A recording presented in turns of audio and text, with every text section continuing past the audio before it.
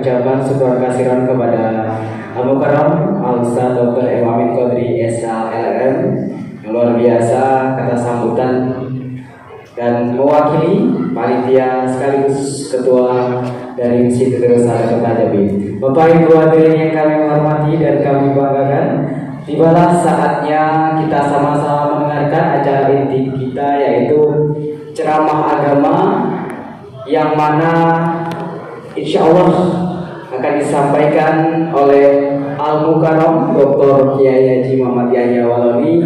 Beliau ini lebih akrab disapa Buya Yahya. Benar Buya? Sehat kabarnya Buya? Alhamdulillah luar biasa. Baik Buya, disilakan untuk mengisi ceramah agama yang luar biasa. Jamaahnya ada ribuan yang hadir, di dalam juga ada di luar, sampai menampilkan proyektor di luar sana Buya. Luar biasa antusias dan semangatnya para jamaah. Takbir! Takbir! Takbir! Luar biasa. Kepada Buya Yahya disilakan dengan segala hormat. Bismillahirrahmanirrahim. Assalamualaikum warahmatullahi wabarakatuh. Waalaikumsalam warahmatullahi wabarakatuh. Alhamdulillah. Alhamdulillahillazi arsyadal uqula ila tauhid wa hadaha wa awha adilata wahdaniyati wa jallaha wa abtala bi barakhil haq subhanal batin wa ma'a wa sabbata kalimatal imani kama asabatal adu bil jibali wa arsha. Ashhadu an la ilaha illallah wahdahu la syarika lah. Syahadatan man arafa mana wa amila zuhirun wa batinan bimuqtadoha. Wa ashhadu anna sayyidana Muhammadan abduhu wa rasuluh alladzi la nabiyya ba'dahu. Allahumma fasalli wa sallim ala imamil abrar wal muqarribin sayyidina wa maulana Muhammadin wa ala alihi wa sahbihi al-ansar wal muhajirin wa alaina ma'hum bi rahmatika ya arhamar rahimin. Ibu, bapak, saudara-saudaraku rahimakumullah, kami hormati, kami muliakan para alim, para ulama, tokoh-tokoh masyarakat, wabil khusus yang berhadir bersama-sama dengan kita, musyawarah pimpinan kecamatan, Bapak Camat,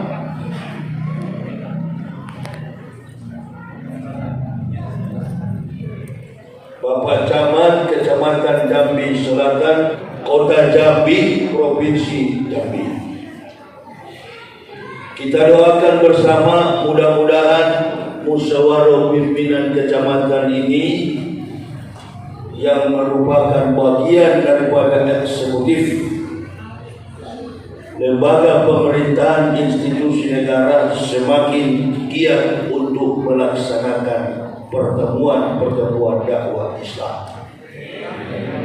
Bapak Camat sudah hadir memberikan pandangan sekaligus motivasi kepada kita melalui sambutan Bapak Ketua Masjid Nurul Sa'adah Kota Jambi, Provinsi Jambi, dalam nasihat bahwa Pak Camat ini bagian daripada jamaah yang sering berjamaah di Masjid Nurul Sa'adah.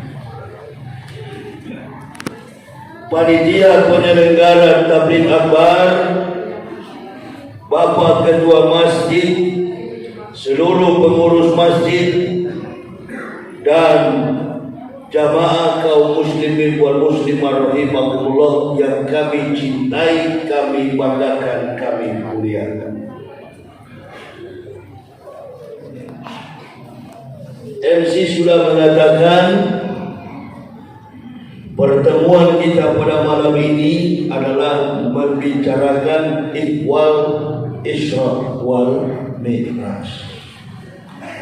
365 hari, 12 bulan atau 1 tahun umat Islam merayakan beberapa pelaksanaan peringatan hari besar Islam, Muharram, Maulid Nabi, Isra wal Mi'raj, dan sekaligus menyambut bulan suci Ramadan. Apa yang dilakukan oleh umat Nabi SAW tentu mempunyai relevansi dan referensi yang jelas. Kalau kita melaksanakan Maulud Nabi, berarti kita menoleh karakter kehidupan Nabi kita Muhammad SAW. Sekarang kita memperingati Isra wal Mi'raj. Yang menjadi titik penekanan dalam Isra Mi'raj ini tak ada lain. Para ustaz, para buya, para da'i, para ulama, para habaib, mereka menceramahkan Isra Mi'raj ini tak lain mengisahkan tentang perjalanan sejarah dan naiknya Rasulullah SAW sampai ke Sidratul Muntaha. Kisah tentang Isra Mi'raj ini diceritakan oleh fakta historik. Dalam proses perjalanan sejarah, Nabi Muhammad pada waktu itu baru berusia 11 tahun sebagai Nabi dan Rasul Allah. Isra Mi'raj ini meninggalkan beberapa jejak sejarah yang sampai hari ini ada istilahnya Dome of the Rock, batu melayang yang ada di timur tengah Masjidil Aqsa. Masih ada jejak langkah kaki Rasulullah ketika siap-siap untuk take off menuju ke Sidratul Muntaha. Belum sampai ke Sidratul Muntaha, dalam sejarah inilah Rasulullah sebagaimana dibacakan Qori tadi berjalan menapaki 7 step langkah langit yang pertama sampai langit yang ke-7. Perjalanan inilah kemudian disanggah, perjalanan inilah kemudian diprotes dan tidak diterima oleh akal pemikiran manusia, namanya Abu Jahal. Abu Jahal ini adalah tokoh kontroversial, bahkan tokoh yang membantah setiap cerita kisah spektakuler yang dialami Rasulullah Muhammad SAW. Dan keturunan Abu Jahal ini sampai kiamat selalu ada. Oleh yang sebab itu, ibu bapak, dalam peristiwa Isra Mi'raj ini kita jangan menerima dengan akal pemikiran Abu Jahal.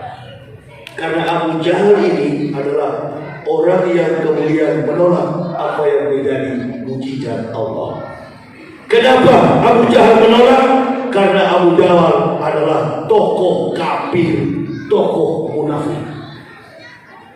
Dia tidak percaya, bahkan mengatakan, Muhammad, bagaimana cerita ini bisa kau ceritakan? Nenek moyang kami berjalan dari Mekah menuju ke Maqdis, Baitul Maqdis, menuju ke Yerusalem sampai ke Palestina. Nenek moyang kami 40 hari 40 malam menempuh perjalanan itu. Bagaimana antum bercerita minta lainnya? Ibu, bapak, saudara-saudaraku, Saya ini masih suara saya masih parau. 3 jadwal saya kemarin itu batal. Sedikit pun saya tidak keluar suara, habis. Dari tanggal 1 sampai tanggal 8 saya nggak istirahat. 1 hari sampai 2 ronde. Dan jaraknya bukan dari sini ke sebelah, bukan jaraknya 1-2 meter. Allahu Akbar.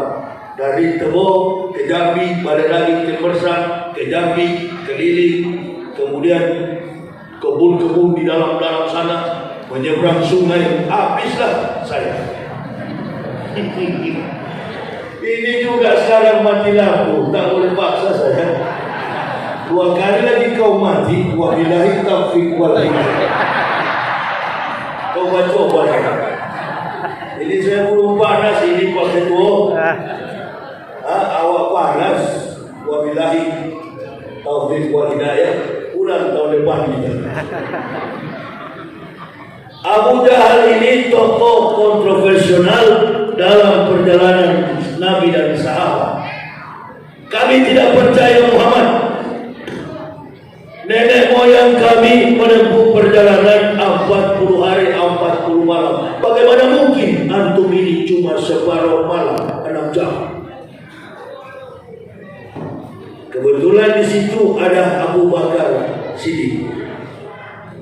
Kamu percaya cerita kawanmu cakap Muhammad?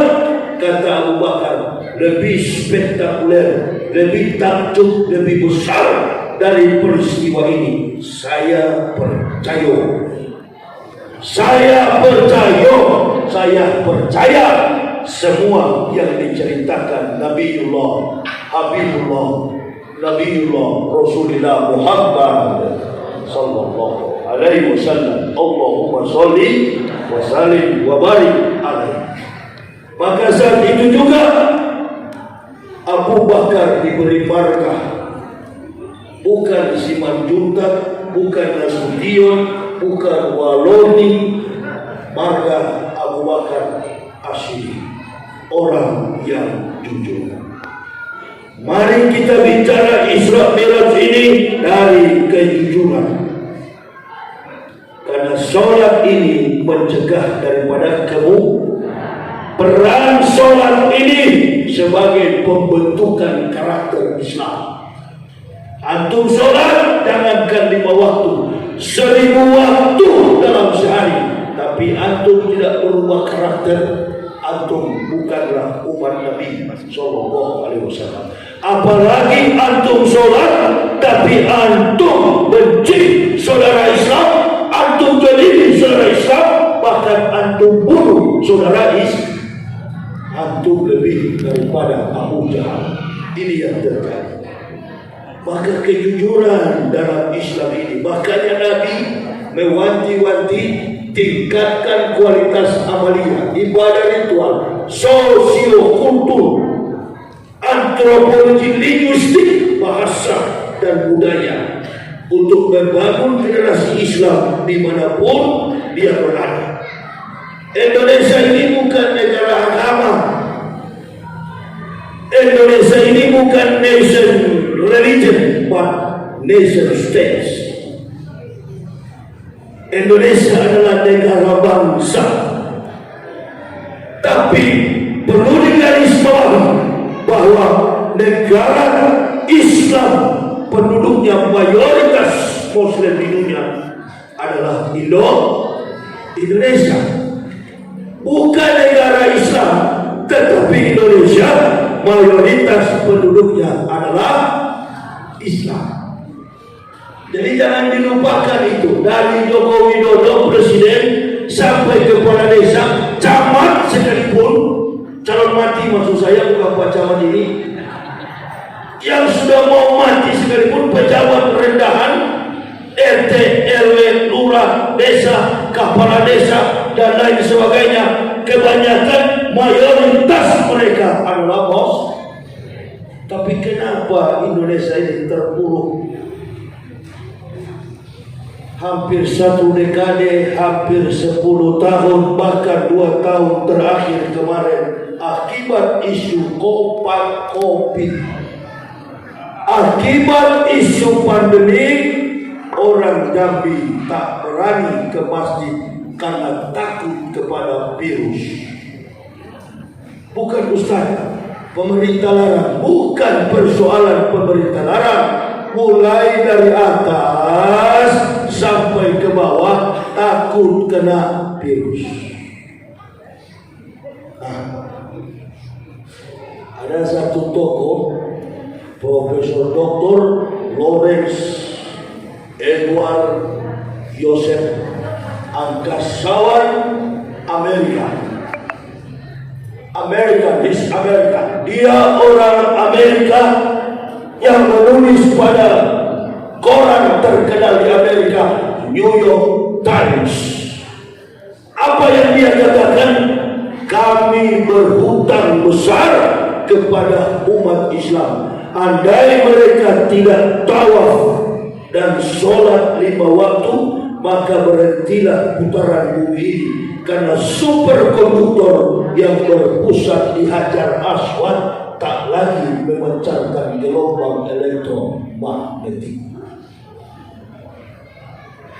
Sudah jelas?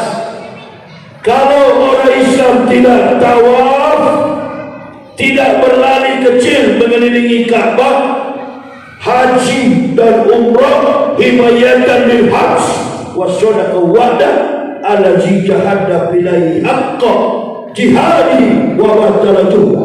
Kalau mereka tidak berjihad, mereka tidak keliling tawaf berlari kecil, dan mereka tidak sholat 5 waktu, maka berhentilah putaran bumi. Karena superkonduktor yang berpusat di Hajar Aswad tidak lagi memancarkan gelombang elektromagnetik. Ini di majalah Times, koran Times, bukan Jambi Post, bukan. Tidak ada di Jambi Post ini. Catatan ini kemudian kita kaji.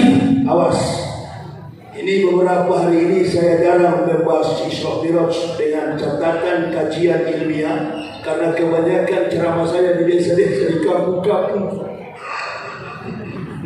Kalau saya pukul secara ilmiah, nanti dibilang itu ya bekas kapir ngarang-ngarang. Dasar kau bekas kapir, kau bikin bodoh kami di kampung. Ini dia. Karena banyak ulama mengatakan Isra Miraj ini adalah peristiwa yang susah dijangkau oleh logika. Betul, mengapa? Karena otak lobus parietal kita ini, lapisan otak besar krimeter kita ini terlalu kecil untuk memahami mukjizat. Maka dalam kita memahami Islam, antum tak perlu mengedepankan knowledge, antum perlu mengedepankan recognition. Pengetahuan terbatas oleh aspek ruang dan waktu, sedangkan pengakuan tidak terbatas. Mari saya kasih contoh. Seorang ahli kandungan, Maurice Bucaille, dia cuma membaca satu kata dalam Al-Quran. Laqad khalaqnal insana min sulalatin min tin summa ja'alnahu nutfatan fi qur'anin makin. Nutfah, satu kata yang dikutip dari bahasa Arab. Nutfah itu adalah setetes air sedikit mengandung berjuta-juta sel telur. Nutfah yang dimaksud adalah mani, adalah sperma laki-laki yang disimpan fi qur'anin makin, ke dalam kantong rahim, dibuang dalam kantong, lahirlah saya dan ibu bapak semua. Artinya bahwa Islam itu dalam kitab suci Quran tidak hanya bicara surga dan neraka, di dalam banyak perhitungan matematik, sains, dan teknologi. Ini orang-orang kafir yang menerjemahkan kita ibarat makanan, orang Islam cuma tahu memang kafir dijadikan budak oleh Allah. Ini hamparan Quran, ini kebenaran wahyu Allah, ini sejarah para nabi. orang bule, orang Eropa, Amerika, Asia, Afrika, Australia, 5 benua yang ada di dunia masuk Islam, kebanyakan mengkonsentrasikan kebenaran Islam itu pada kemampuan saintis, ilmu pengetahuan. Bebas, betul kita tidak mampu menjangkau karena ini berat perjalanan ini. Tapi bukan berarti kita tidak bisa menghitung. Boleh kita hitung. Albert Einstein dengan pengalaman Nabi Muhammad, Abu Jahal tidak hanya menolak, tapi dia mencoba masuk ke pintu ilmu pengetahuan. Dia katakan begini, Muhammad, kalau betul antum dari Isra Mi'raj, kalau betul antum dari Sidratul Muntaha, bahkan antum berjalan Isra dan naik Mi'raj sampai ke langit ke-7, gak usah jauh-jauh Muhammad. Dari Makkah ke Madinah saja rentang waktunya, jarak waktunya, jarak tempatnya 1.500 km. Kalau di Indonesia berarti Jakarta Medan, Jakarta Sumatera Utara 1.500 km. Ini yang Ujal tak percaya. Mana dia bilang, katanya kau terbang Muhammad, coba angkat kakimu sebelah kanan. Rasul angkat sebelah kiri, kata Rasulullah. Abu Jahal, kalau dua-dua saya angkat, saya jatuh. Ini dia mau coba masuk ke dalam. Dia mau ingin tahu apa yang dilakukan Muhammad. Kita maklumi dulu, karena ini orang kafir. Kita maklumi. Nanti sampai pada cerita kenapa saya di penjara. Karena orang kafir tidak paham. Kalau orang kafir paham, pasti orang kafir masuk Islam. Itu dia. Coba angkat kakimu sebelah kanan, Rasulullah angkat. Sebelah kiri, jatuh. Abu Jahal. Solim di atas solim. Dia tidak tahu kalau dua-dua diangkat jatuh karena ada gaya gravitas. Sebuah interaksi kemampuan para sains dalam temuan Einstein yang kita kenal dengan gaya kecepatan dan percepatan dalam sebuah ruang. Itu disebut dengan relativisasi Einstein. Kecepatan cahaya 300.000 km per detik. Kecepatan kilat separuh daripada cepatnya cahaya 150.000 km per detik. Pesawat dari Jakarta Lion Air 737 atau Airbus menerbangkan penumpang dari Jakarta saja sampai di Medan menempuh perjalanan 2 jam lebih. Kenapa? Karena jaraknya 1.500 km. Saya pernah bertanya kepada seorang pilot, Mister, waktu Anda menerbangkan ini diumumkan tadi oleh pramugari, kita terbang di atas permukaan laut 30.000 km di atas permukaan air laut. Berapa knot? Berapa cepat pesawat ini sampai ke Medan? Insya Allah 2 jam, Ustaz. Berapa knot? 7 sampai 800 knot. Kecepatan pesawat 800 knot. 800 knot menempuh perjalanan 1.500 km. Makkah Palestina 2 jam. Nabi Muhammad ini cuma 1 malam. Bukan cuma sampai di situ,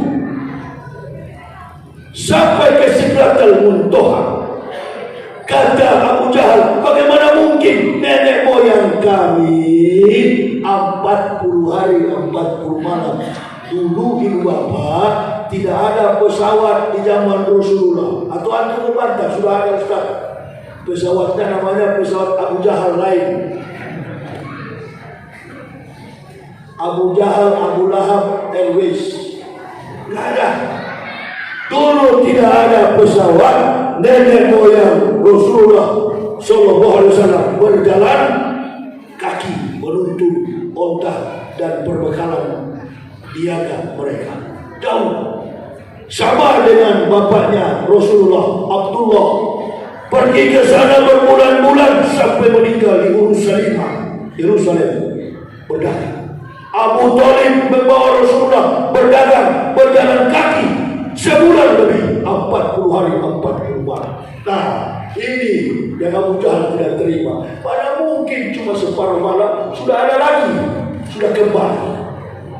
Cerita omong kosong apa ini Muhammad? Inilah Abu Jahal, watak dan karakternya kafir.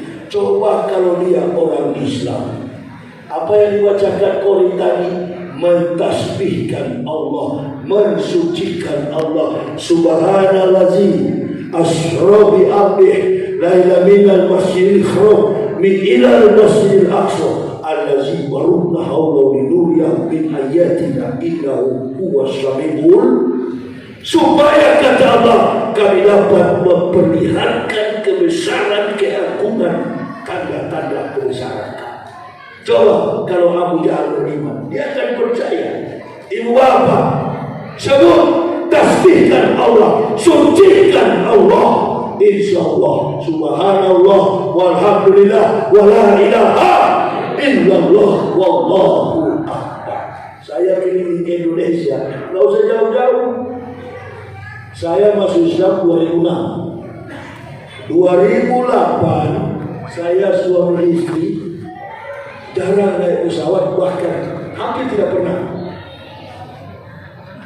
Kami dari 2008 bawa mobil ke Kalimantan, bawa mobil ke Sulawesi, bawa mobil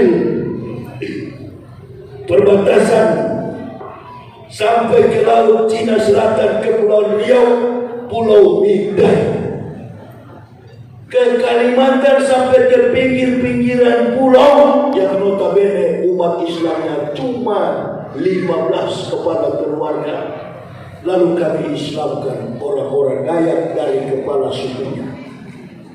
Mobil kami taruh di tengah hutan, tutup dengan ilalang. Saya tanya kepada pengurus masjid, mohon maaf Pak Haji, ini mobil kita taruh di hutan, hilang nggak? Nggak ada maling di sini. Nggak ada maling di hutan ini. Biar tidak ditutup Ustaz, aman. Berapa jam kami jalan ke dalam sampai ke tempat ceramah? 8 jam. Sampai anak perempuan saya pulang sakit. Kami layani umat sampai ke pedalaman Kalimantan. Manis mata, air hitam. Coba kalau ada ustaz-ustaz pernah ke sana. Bahkan saya kemarin Muharram sampai ke pedalaman Riau, Pekanbaru. Itu daerahnya, Allah Akbar, memang belum merdeka. Sungai Sari sampai ke Koto Lamo kami bermalam tabligh akbar di sana. Kepala desa menyiapkan tempat kami istirahat bermalam suami istri, karena tidak bisa ditempuh dengan mobil tinggal. Kami naik perahu pelotok itu, perahu kecil, sampan kecil. Kami suami istri dan anak kami berangkat sampai ke sana.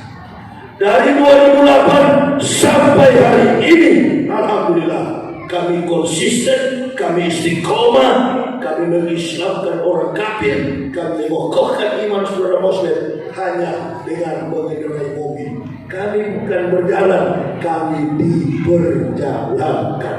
Amin ya Rabbal. Kehebatan Islam itu, ibu bapak, tak perlu menoleh kepada sejarah saja.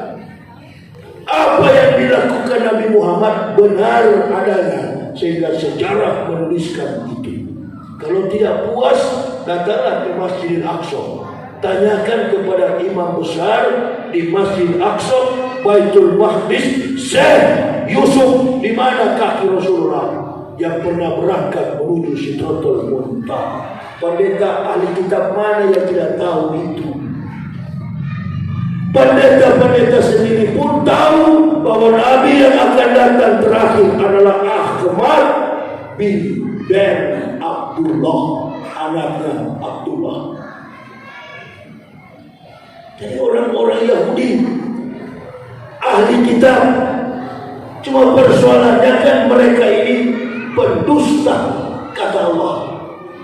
Walladzina kafaru wa kassabu bi ayatina ulaika ashabun nar khalidina fiha wa bi'sal masir. Dan orang-orang kafir kata Allah yang mendustakan ayat-ayat kami, siapa mereka? Ahli kitab. Kami tempatkan mereka pada surga, kepada neraka yang menyala-nyala. Itulah seburuk-buruk tempat kembali. Ayat ini salah satunya yang mendorong saya masuk Islam. Loh, Al-Quran tahu bahwa kita berdusta. Bayangkan kalau kita naik mimbar gereja dulu, kita mengatakan, dengarlah firman Tuhan. Bukan firman Tuhan, firman saya dan teman-teman. Apa Anda akan terus-terus begini berbohong? Betul secara finansial kita digaji, kita diberi insentif. You Protestan dapat insentif dari Stuttgart, Jerman. Bahkan ada yang dari Nomensens, Jerman.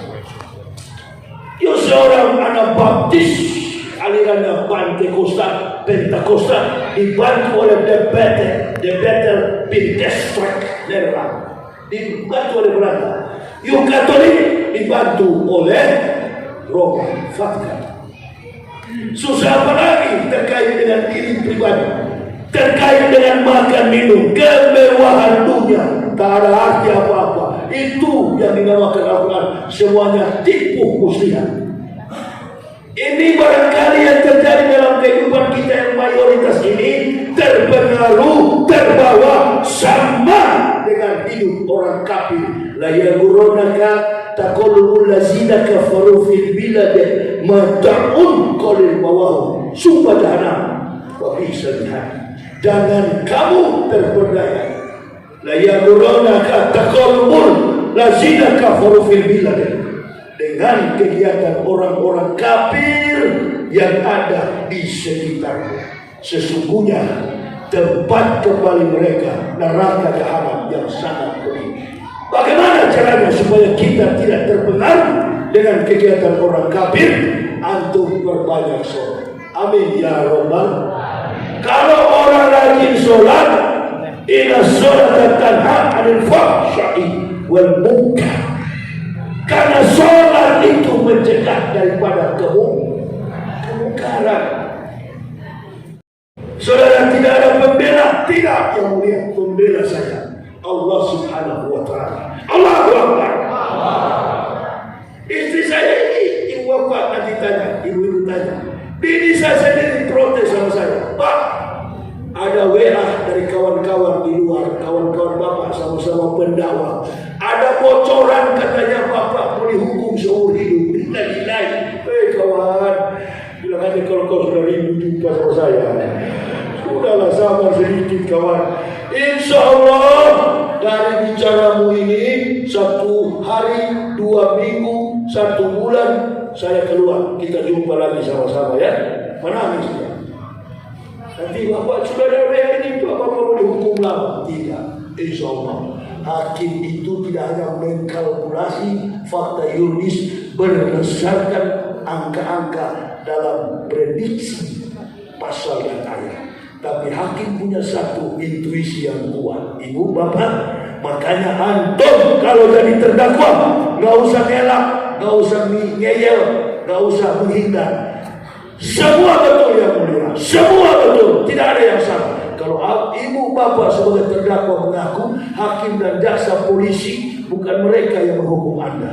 Pengakuan orang yang melapor dan alat bukti itu yang dipercaya. Dan ingat baik-baik, garis bawahi, kemampuan seorang jaksa, kemampuan seorang juri, seorang penilai, hakim, yang tidak hanya menggunakan logika, dia punya assumption. Ketua masjid ini kan dia punya background, saya dengar tadi, sarjana hukum. Dari hakim itu tidak hanya dengan logika. Sementara hukum itu adalah filsafat. Filsafat membentuk sebuah perpaduan dalam konstruksi kehidupan masyarakat yang dikaji dalam realitas sosiologi. Ilmu sosiologi termasuk hukum dan agama. Jadi mustahil kalau agama disidangkan. Saya sudah tahu. Tidak yang mulia, ini urusan saya dengan Allah. Mungkin hakim berpikir di rumah, ini kan masalahnya orang kafir lapor. Ustadz Yahya katanya menyebut Roh Kudus, Roh Kudis. Ya memang betul. Di mana saya berulang-ulang saya sebut sampai hari ini juga saya masih sebut. Roh Kudus adalah Roh Kudis. Kitab Kristen Matius, Markus, Lukas, Yohanes, saya robah Matius, Markus, Stefanus, Petrus, Jaktikus, iya. Itu semua ada dalam berita acara. Ujungnya saya bela Ustadz Somad karena saya marah hari itu. Kafir, kitabmu itu, Roh Kudusmu itu, Roh Kudus. Marahlah orang kafir. Baru di penjara, setelah di penjara disadarkan saya oleh Kiai NU. Dia sebagai ahli mengatakan, kalau Islam dihina orang kafir, bayarnya terima nggak? Ini saya bingung. Aduh, melawan juga Kiai. Iya nggak Kiai? Saya minta maaf kepada orang-orang Kristen. Secara etika saya sadar, maklumlah ibu bapak, mobil kalau baru begitu gas dia jalan rusak, pupak, main tabrak kiri kanan karena mobil Nah ini kan sudah mulai tua Pak Camat. Oh begini Islam memang betul dakwah bil haq. Itu dia. Mulai sadar saya, tapi bukan orang yang sadarkan saya, karena saya memang sifat dari kecil sampai besar kepala batu. Saya akan percaya seseorang kalau saya lihat perbuatannya melampaui saya, ilmunya melampaui saya, keikhlasan dan kesabarannya melampaui saya, baru saya angkat topi. Kalau tidak, kalau nasihati saya tidak dengar. Apalagi di Indonesia ini, no action, talk only, NATO kebanyakan. Itu dia. Jadi saya bilang tidak, saya tidak akan pernah pakai pengacara. Kata yang mulia hakim, minggu depan kita jumpa lagi sidang tuntutan. Selama cuma 3 hari, tunggu saya. Ada kawan-kawan yang berani. Saya satu kamar sama Jenderal Napoleon Bonaparte, Irjen Pol. Napoleon Bonaparte, Irjen Pol. Wong Kito Galo, orang Palembang. Habis sholat isya main kartu kita. Dituntut berapa Ustaz? Belum sidang tuntutan Jenderal. Kapan Ustaz dituntut? Insya Allah 3 minggu. 3 hari Jenderal sidang tuntutan. Loh, cepat sekali. Iya. Loh, kayaknya berat ini Ustaz. Iya, kalau berat kita sama-sama pindah ke Cipinang. Karena kita baru lihat Jenderal Napoleon menghantam si pengkor yang murtad dari Islam sampai patah rusuk, dihajar di dalam penjara. Patah rusuk, sudah pengkor, patah lagi. Mana tahan kita lihat orang menghina Nabi ada dalam penjara, ya kita hajar. Pengkor sampai dikasih makan, mohon maaf, dikasih makan tai. Itu dia. Untung saya bebas, kalau enggak ditambah lagi. 3 hari kemudian semua di luar penjara sudah bina Yahya 10 tahun. Hakim tahu, hakim sidangkan orang, hakim berbicara dengan terdakwa, hakim punya kemampuan intuisi, asumsi, intelijensi yang kuat. Dia tahu si terdakwa ini bohong, si terdakwa ini benar, dan isi kepala si terdakwa ini kosong atau berisi. Hakim tahu. Makanya saya nggak pernah bangga. Lihat saja, ini urusan agama sekarang pakai lapor. Saya bukan koruptor, saya bukan maling, saya tidak membunuh, saya tidak merugikan negara, apalagi masyarakat. Siapa yang saya rugikan? Yang rugi adalah kafir yang merasa tersinggung. Bagaimana dengan tai pudin yang lari ke Amerika? Kemudian si PKI yang kabur itu Cina, namanya Paul Zhang, menghina Nabi Muhammad, kok nggak bisa ditangkap-tangkap? Kalau dia lari ke Israel, logik. Kenapa? Karena tidak ada hubungan diplomatik Indonesia dan Israel. Di Amerika dan Jerman ini freedom of speech, kebebasan bicara. Di Jerman tidak boleh begini. Amerika apalagi. Lalu apa yang terjadi? Ada batu di balik kuda. Kalau kamu yang bikin, kecuali kamu pro kepada rezim ini, insya Allah aman.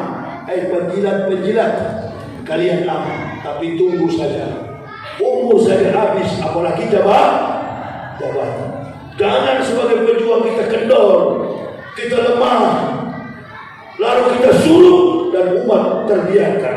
Dan kita harus terus berjuang menegakkan agama ini. Allahu Akbar. Sholat inilah mengajarkan kita duduk bersama di masjid, masuk ke dalam mengingat perjuangan Rasulullah sampai di langit yang ke-6 berjumpa Musa alaihissalam. Langit yang ke-7 bertemu Ibrahim. Rasulullah bertanya, Jibril, siapa laki-laki yang beruban bersandar di tiang gedung ini? Kata Jibril, dia adalah Abu Ambiya. Abu Ambiya itu bapak dari semua. Siapa namanya Jibril? Namanya Ibrahim alaihissalam. Apa nama bangunan ini? Bangunan ini namanya Masjid Baitul Makmur. Masjid Baitul Makmur, langit ke-7, lantai 7. Setiap hari Muhammad 70.000 malaikat keluar masuk, dan yang sudah masuk tak boleh masuk keluar. Langit pertama Rasul jumpa Idris, Nabi Idris alaihissalam. Langit kedua jumpa Nabi Soleh alaihissalam. Langit ketiga jumpa Adam alaihissalam. Langit keempat bertemu Harun. Langit keempat bertemu Yahya dan Isa. Langit kelima jumpa Harun. Langit keenam jumpa Musa alaihissalam. Langit ketujuh bertemu Ibrahim alaihissalam. Sampai di sinilah kata Jibril, wahai saudaraku Muhammad, kami tak bisa naik mendampingimu, hanya antum seorang yang diperkenankan sampai di sana bertemu Allah face to face. Dua nabi besar di dunia yang berhadapan bertatap muka. Yang pertama Musa alaihissalam, dan yang kedua Nabi kita Muhammad sallallahu alaihi wasallam. Turunlah tangga putih dari Sidratul Muntaha, dan menurut para ulama dalam kitab yang saya baca, Duratul Nasir, Dokoikul Akbar, Talim Muta'alim, kalau sudah turun tangga putih dan ibu bapak sudah lihat tangga itu, selesai, sudah pasti kembali ke rahmatullah. Makhluk manusia manapun akan meninggal dunia. Tangga putih ini turun disertai yusruna ala nabi, berlaksa-laksa malaikat tahu yusruna ala nabi, disertai dengan selawat para malaikat terhadap Nabi kita Muhammad sallallahu alaihi wasallam dengan suara assalamu alayka ya awalu ya akhiru ya hasiru. Wahai keselamatan bagi engkau yang awal dan yang akhir dan yang maha mengumpulkan. Karena sifat kerasulan Nabi Muhammad adalah menjadi rahmat bagi alam semesta. Alhamdulillah illazi arsala rasulina rahmatan lil. Itu sebabnya ibu bapak dari ujung ke ujung dunia, perintah sholat ini tidak pernah berubah. Di Amerika ada masjid orang Indonesia, diimami, dipimpin oleh Ustaz orang Makassar, Samsi Ali. Setiap hari 1, 2, 10, 5 orang mengucapkan rizqan buat Allah dan Prophet Muhammad is the messengers of Allah. Setiap hari orang bule Amerika, New York mengucapkan la ilaha illallah Muhammad Rasulullah. Masjid itu adalah Indonesian Muslim Community Al-Hikmah Mosque. Ada rocker ternama yang masuk Islam, namanya Yusuf Islam. Sering sholat jadi imam di situ. Yusuf tidak pakai bahasa Inggris. Imam di sana di Amerika imam di Eropa, imam di Australia, imam di Asia, imam di Afrika, ujung ke ujung dunia, makhraj kitabnya sama, suratul Fatihahnya sama, jumlah rakaatnya sama dengan imam yang ada di Masjid Nurul Sada. Inilah kehebatan ajaran. Bahkan seorang astronot, tidak ada frekuensi suara dari bumi menembus bulan, tapi dalam satu hari suara itu terdengar. Dalam kesaksian Neil Armstrong 1967, kemudian beliau embrace, masuk memeluk Islam. Dibenarkan suara itu oleh dua astronot termuda 2011, Sunita Williams, woman astronaut from India, Amerika. Dari India, Sunita Williams, dan terakhir seorang bakar astronot dari Cina yang diusir keluarganya karena dari bulan pesawat antariksa ditumpanginya, digedor jendelanya, mencari referensi di dunia, tak ada referensinya. Nanti dia dapatkan bintang pengetok itu hanya ada dalam kitab suci Al-Quran, namanya At-Tariq Iskandar.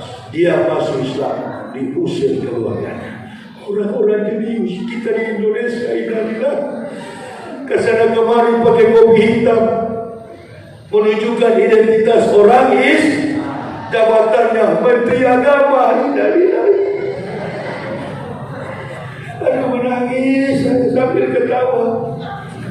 Suara azan di masjid seperti gonggongan. Innalillahi